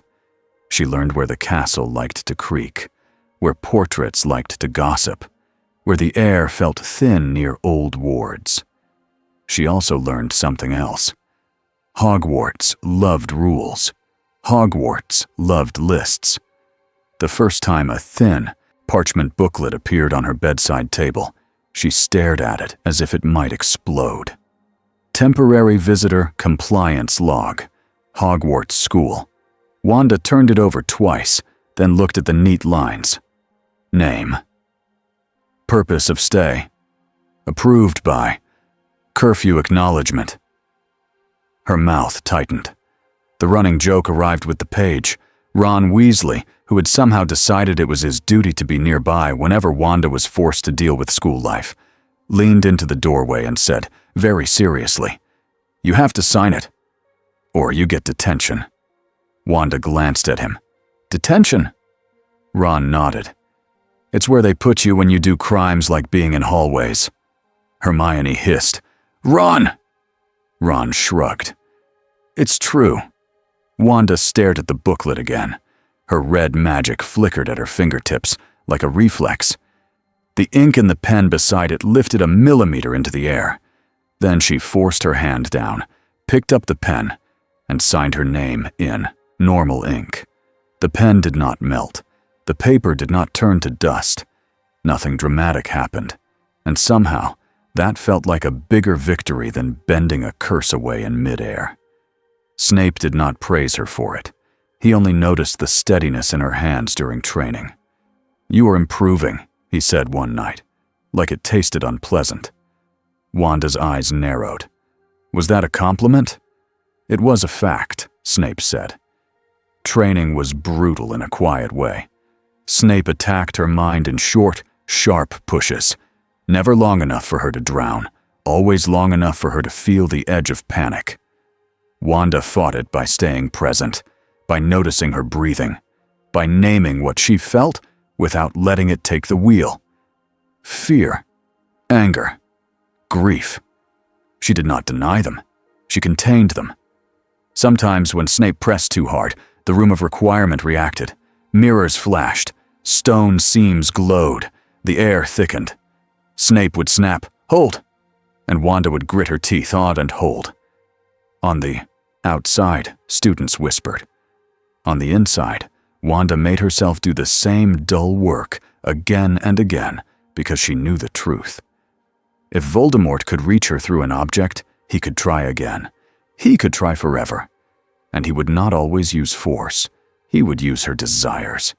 That was what haunted her most, not the threat. The offer hiding inside it. One evening, Dumbledore asked her to meet him in his office without Snape. Wanda found Harry, Hermione, and Ron already there, sitting too straight, like they were trying to look older. Ron whispered, "I was promised I wouldn't have to sign anything." Dumbledore's eyes twinkled faintly. "No promises," he said, then turned serious as he looked at Wanda. "Thank you for coming." Wanda stopped near the desk. She did not sit. "Is this about the ministry?" she asked. Dumbledore nodded once. He tapped the stack of parchment tied with string. The stack was taller now. Wanda's jaw tightened. "I knew it." Hermione leaned forward. "They're escalating," she said quickly. "They want you to come to the Department of Mysteries." Wanda looked at her. "To study me," she said. "To contain you," Snape's voice said from the doorway. Wanda's head snapped toward him. "You're not invited." Snape stepped inside anyway. "I don't require invitations to be right," he said. Dumbledore did not argue with him this time. He only said, "The ministry believes it is acting responsibly." Wanda's laugh was short. "Responsible is a word people use before they hurt you." Ron muttered, "She's not wrong." Dumbledore folded his hands. "They will arrive tomorrow," he said, "with a document, with orders, and with a plan." Harry's scar prickled. He stiffened. Hermione noticed. "Harry," Harry swallowed. "He's watching," he whispered. Dumbledore's gaze sharpened. "Voldemort." Wanda's eyes went distant for a moment.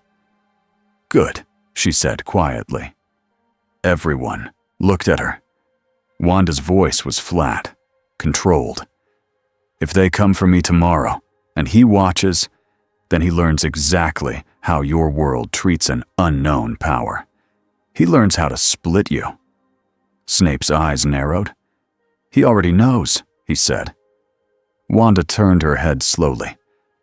"Then he thinks he can win," she said. "So he'll try something bigger." Dumbledore's voice stayed calm. "Yes," he said.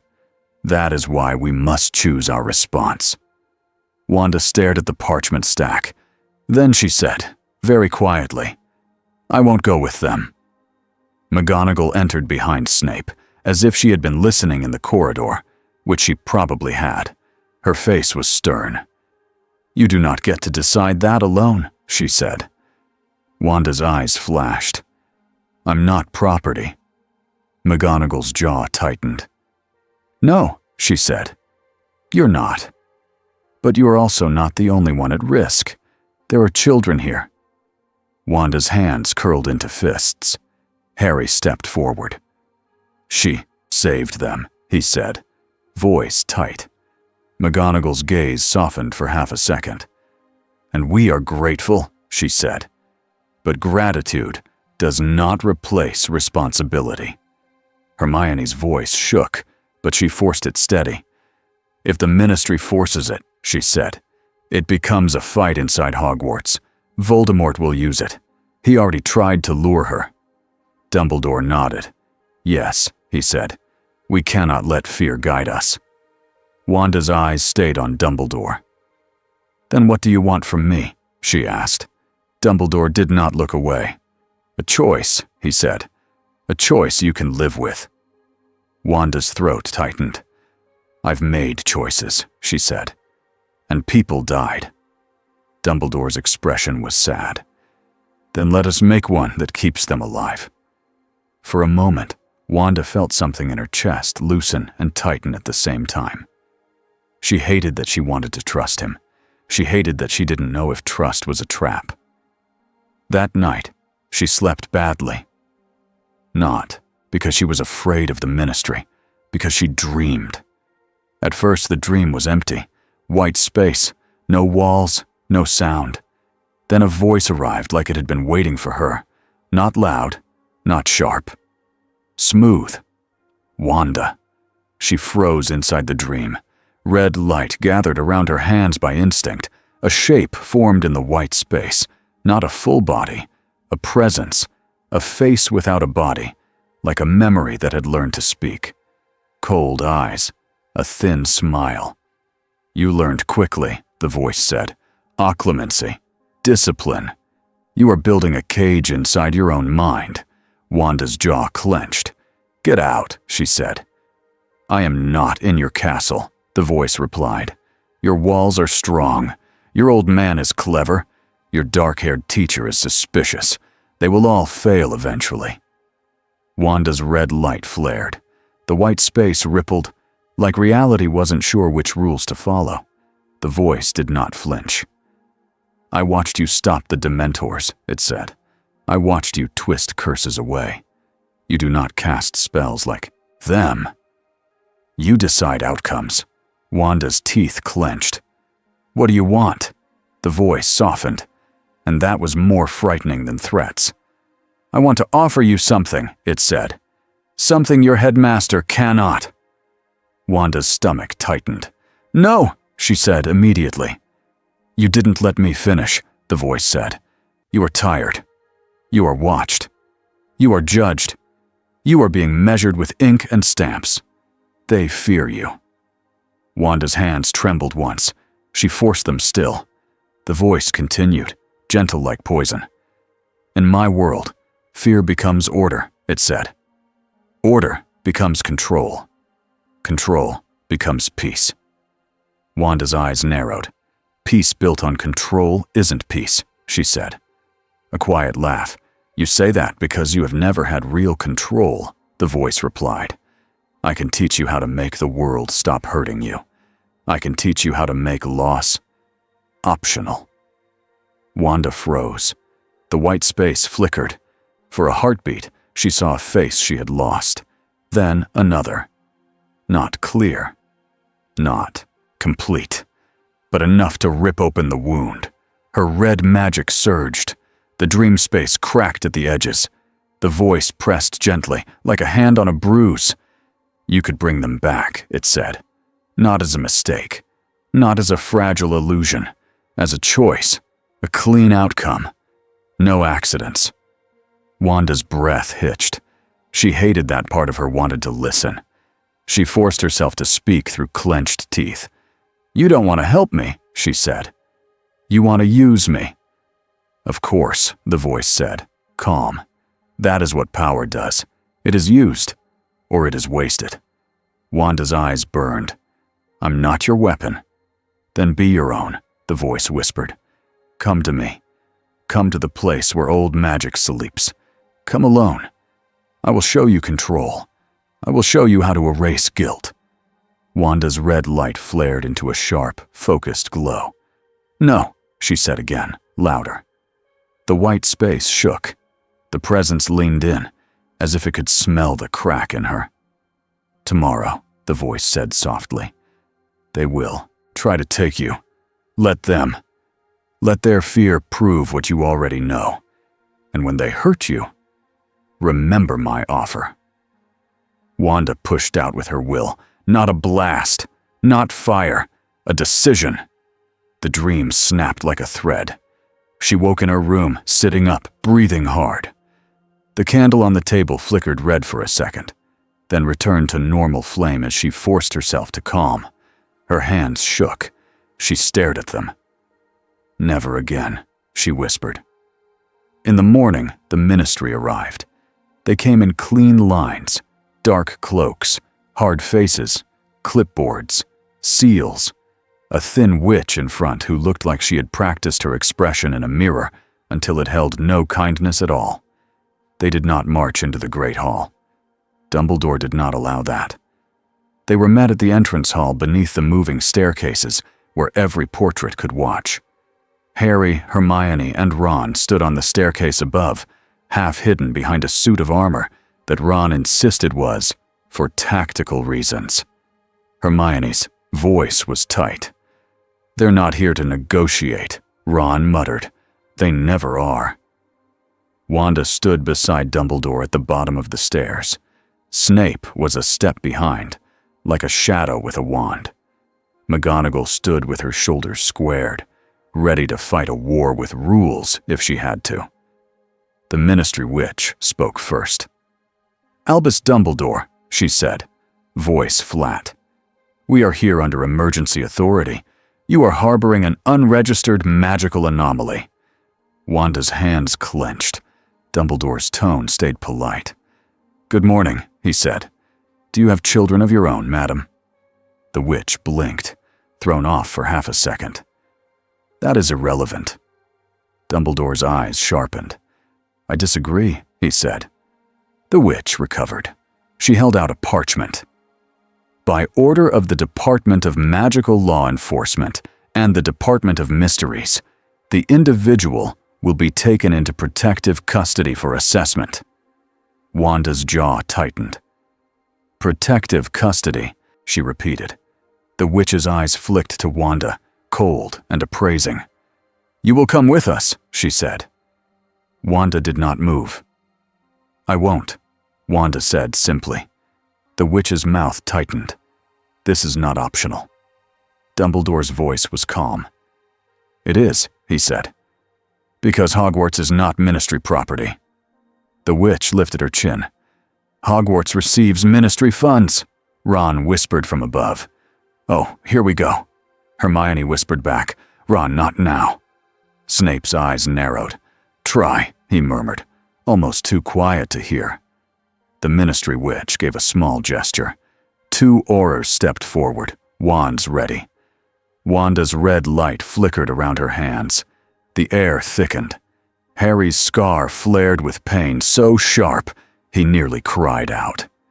He gripped the railing until his knuckles went white. Hermione grabbed his arm. Harry! He's here, Harry hissed. He's watching! Down below, Dumbledore's eyes hardened slightly. Everyone, he said, voice still quiet. Remain calm. The Ministry Witch took another step. If you resist, she said, we will treat you as a threat. Wanda's expression went flat. You already do. The Aurors raised their wands. Snape's wand snapped up instantly. McGonagall's wand was already lifted. For a heartbeat, it balanced on a blade edge. Then the trap sprung, not from the Ministry, but from outside. The entrance hall temperature dropped fast, not like winter, like hope being pulled away. A thin gray fog seeped through the cracks around the doors and windows, ignoring the wards as if it had been invited by a mind that understood loopholes. Dementors. The Ministry Witch's face paled. "That's impossible!" she hissed. Dumbledore's voice turned colder. "Welcome," he said, "to why we do not weaken ourselves inside these walls." Students screamed somewhere above. Portraits shouted warnings. The fog curled toward the ministry group first, as if drawn to their fear. The Aurors turned, wands shaking. One shouted, "Patronus!" but his voice cracked, and nothing came out. Wanda's eyes sharpened. She felt the despair roll in, familiar and sharp. Her breathing hitched.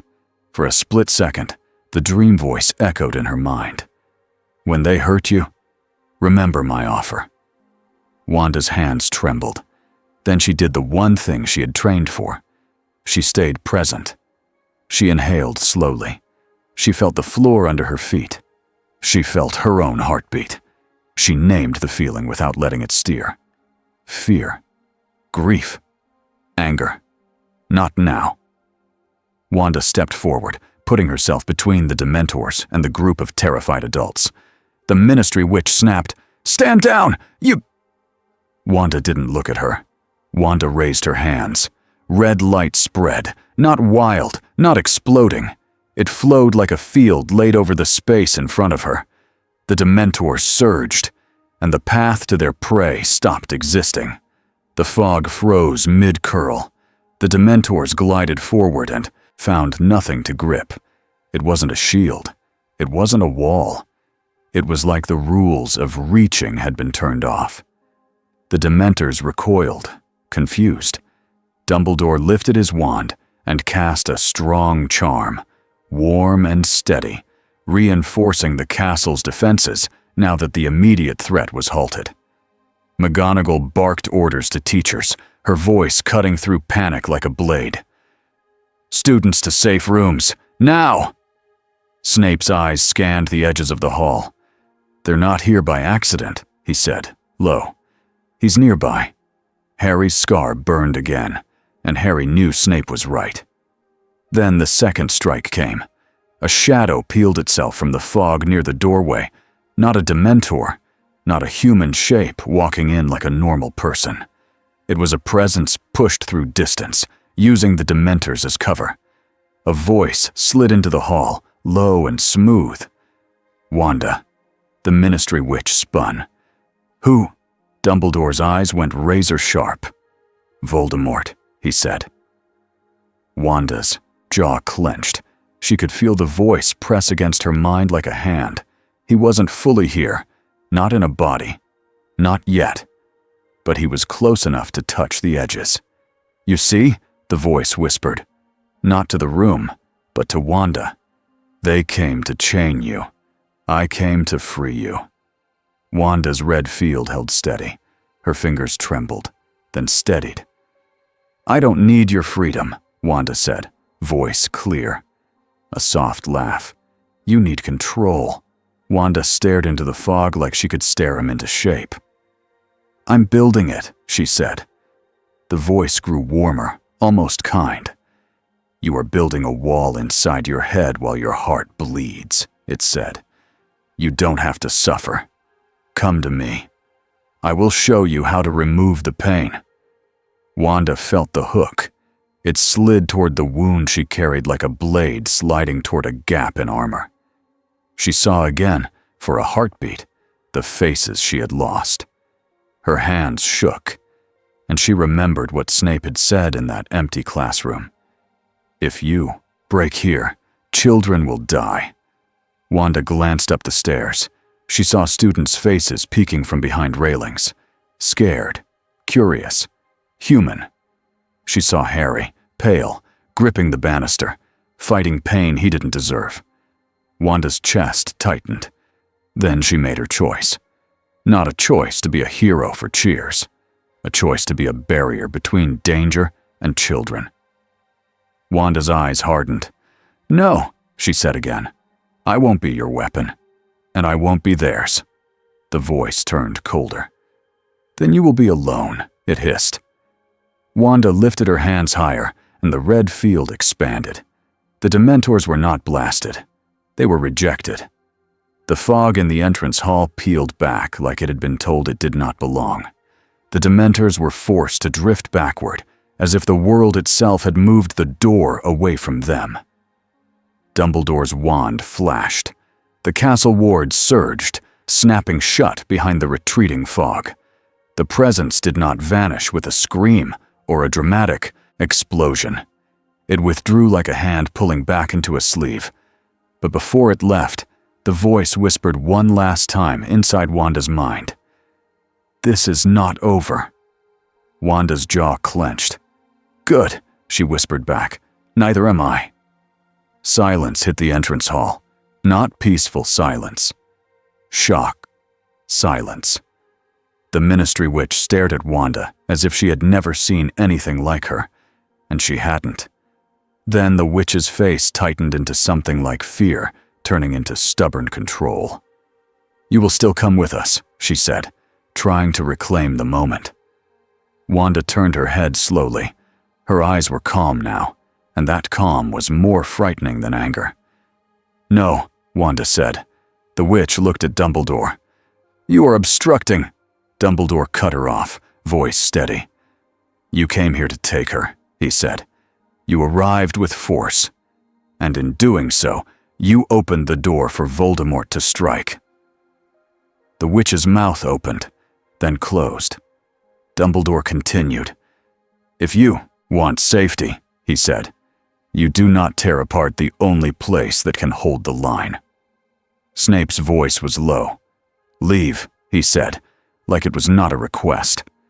McGonagall's eyes were sharp. "Now," she added. The Ministry Witch looked around. She saw teachers with wands ready.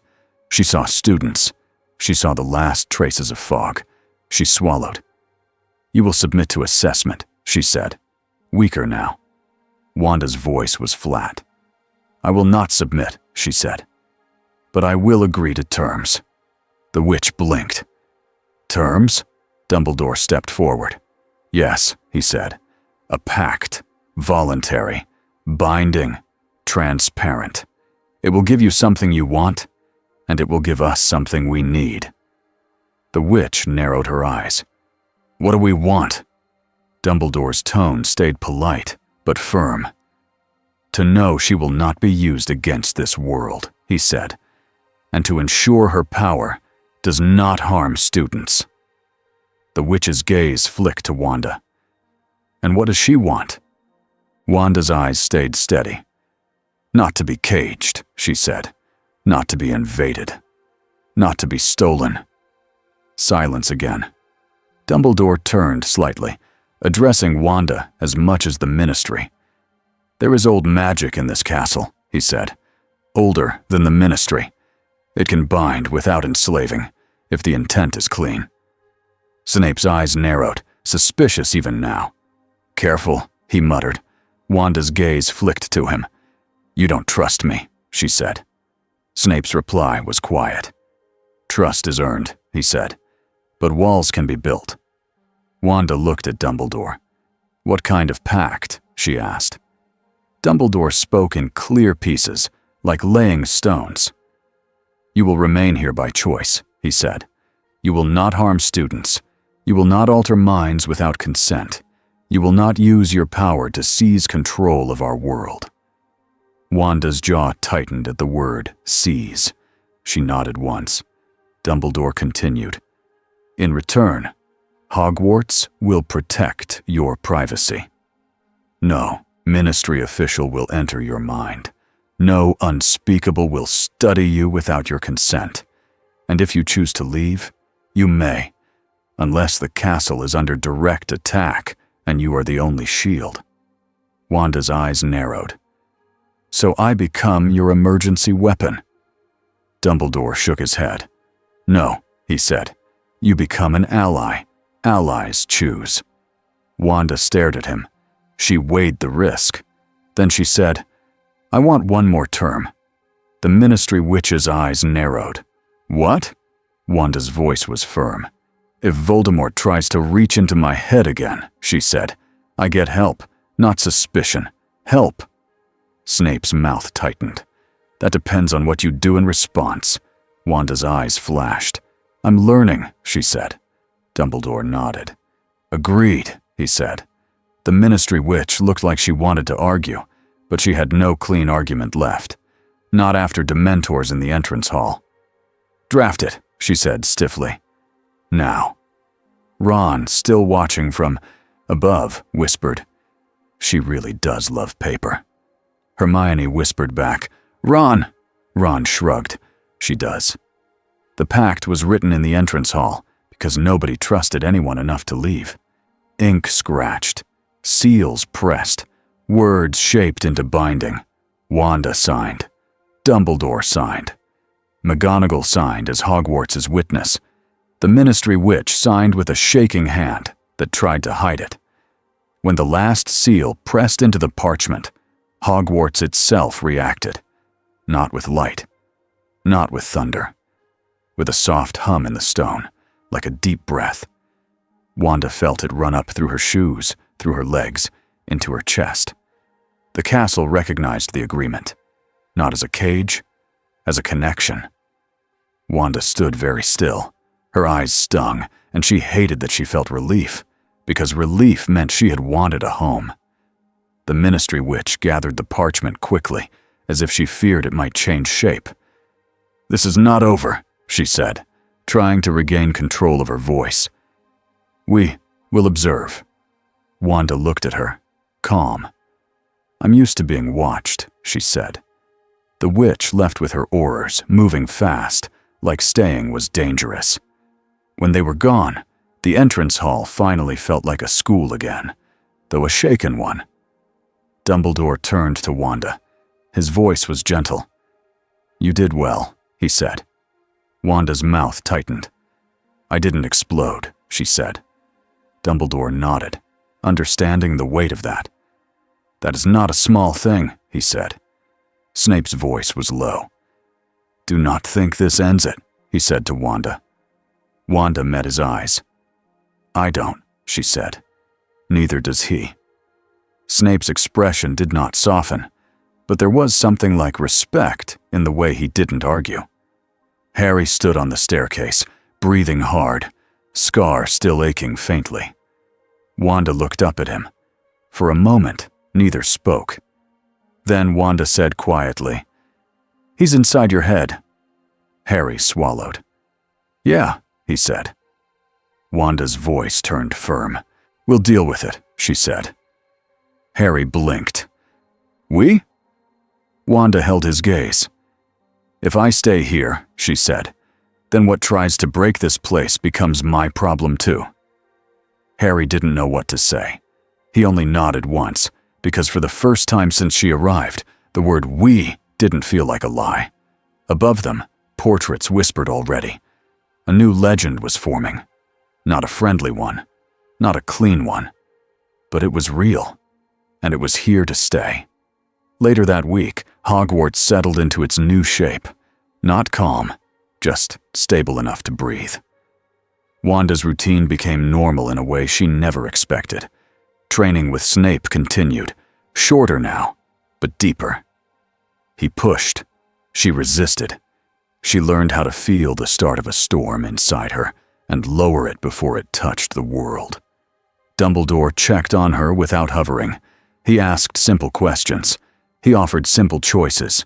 He treated her like a person who could decide, not a creature to manage. Hermione brought books and questions, but she also learned when to stop. She learned that understanding did not mean prying. Ron brought news, mostly by accident. He would walk in, say one true thing, and then complain about rules. This place is obsessed with curfew, he told Wanda one evening, waving a parchment slip like it was an insult. You'd think the castle will fall down if someone walks to the bathroom at night. Wanda stared at the slip. You got detention for walking to the bathroom? Ron frowned. No, for walking to the bathroom loudly. Hermione groaned from behind him. Ron. Wanda surprised herself. She laughed. It was small. It was quick. But it was real. Ron blinked, pleased with himself. "See," he said. "I'm healing." Wanda shook her head slightly, still half smiling. "You're something," she said. The running gag returned the next morning when Hermione arrived at Wanda's door with a thin booklet. Wanda narrowed her eyes. "No." Hermione tried to look innocent. "It's just a visitor log update," she said. "Dumbledore insists." Wanda took the booklet slowly, like it might bite her. She read the top line. "Visitor compliance log. Weekly acknowledgement." She stared at Hermione. Hermione lifted her hands in surrender. "I didn't write it," she said. Wanda sighed, sat at the small table, and signed again. As she wrote her name, her red magic flickered for a second at her fingertips. The candle flame on the table turned red. Then, with a steady breath, Wanda let it fade back to normal. She watched the flame until it stayed steady. Hermione watched her too, quiet, respectful. "How do you feel?" Hermione asked softly. Wanda considered the honest answer. Tired. Watched. Still afraid of herself sometimes. But also, not running. "I feel," Wanda said slowly, "like I'm still standing." Hermione nodded, as if that made perfect sense.